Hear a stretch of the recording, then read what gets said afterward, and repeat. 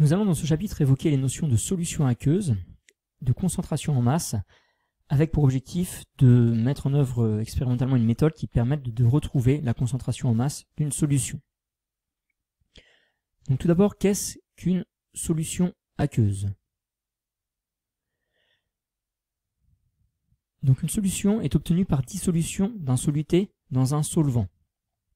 Donc on a ici représenté un soluté que l'on va dissoudre dans un solvant pour obtenir donc ce qu'on appelle une solution. Nous allons nous intéresser particulièrement au cas des solutions aqueuses. Donc si le solvant est de l'eau, alors la solution est appelée solution aqueuse.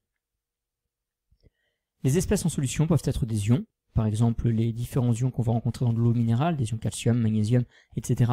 ou des molécules. C'est le cas lorsque l'on dissout du sucre dans l'eau, de l'éthanol dans l'eau, etc. On est en présence d'une solution aqueuse de molécules de sucre ou de molécules d'éthanol.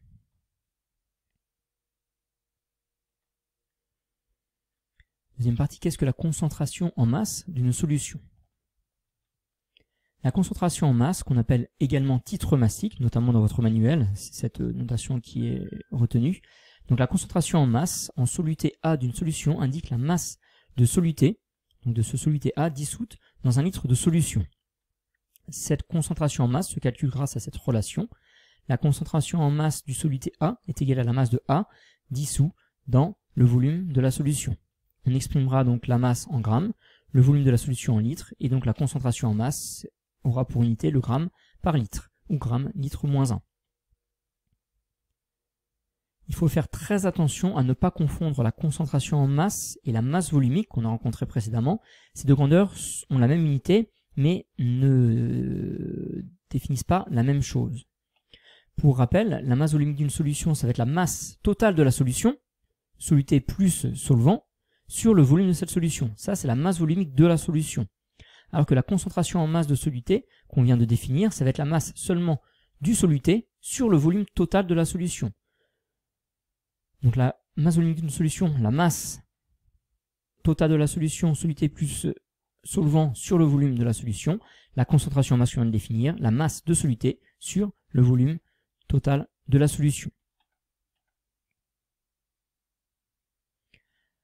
Troisième partie, donc comment préparer des solutions. On a pu voir ça au cours de la précédente activité expérimentale. Donc tout d'abord, pour préparer une solution, il faut suivre un mode opératoire particulier et utiliser de la verrerie de précision à manipuler avec le plus de soin possible. Parmi les éléments de verrerie à savoir utiliser, on a déjà rencontré certains d'entre eux et on en rencontrera d'autres. Donc pour préparer des solutions, on utilise toujours une fiole jaugée, munie de son bouchon. Une fiole jaugée se remplit jusqu'au trait de jauge, de façon à ce que le bas du ménisque soit au niveau du trait de jauge. On peut également utiliser des burettes graduées car on trouve des traits de graduation, des pipettes graduées, des pipettes avec un seul trait de jauge ou des pipettes jaugées avec 2 traits de jauge. Je vous renvoie donc vers les fiches techniques pour l'utilisation de ces différents éléments de verrerie. Première méthode afin de préparer des solutions aqueuses, c'est la préparation de solutions par dissolution.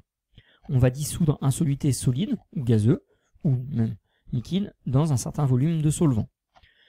Donc pour préparer une solution aqueuse de concentration en masse Cm du soluté, il faut prélever la masse Ma de soluté telle que la masse de soluté est égale à la concentration massique du soluté fois le volume de la solution. Cette relation est à connaître.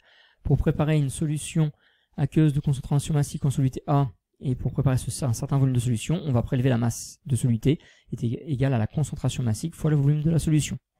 Comme précédemment, les unités pour le volume sont le litre, pour la concentration massique, le gramme par litre, ou gramme litre moins 1, et donc la masse s'exprimera en grammes.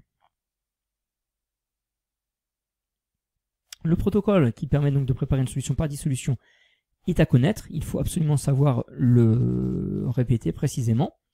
Donc on utilise le solide, qui est en poudre, une balance, une capsule de pesée, une spatule, un entonnoir à solide, une fiole jaugée de volume V et une pipette d'eau distillée.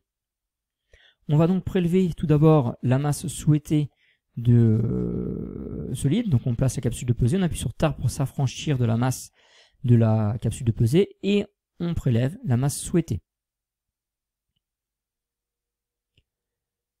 Une fois ce solide prélevé, on le verse dans la fiole gelée via un entonnoir, on rince la capsule de pesée et on rince l'entonnoir afin de récupérer l'intégralité de l'espèce chimique. On va compléter la fiole jaugée à moitié, on va reboucher et agiter pour dissoudre totalement le soluté, et enfin, on va compléter la fiole jaugée jusqu'au trait de jauge. La solution est ainsi prête à être utilisée. On homogénise une dernière fois. Après avoir noté donc cette partie de cours, vous pouvez répondre au questionnaire sur Edmodo.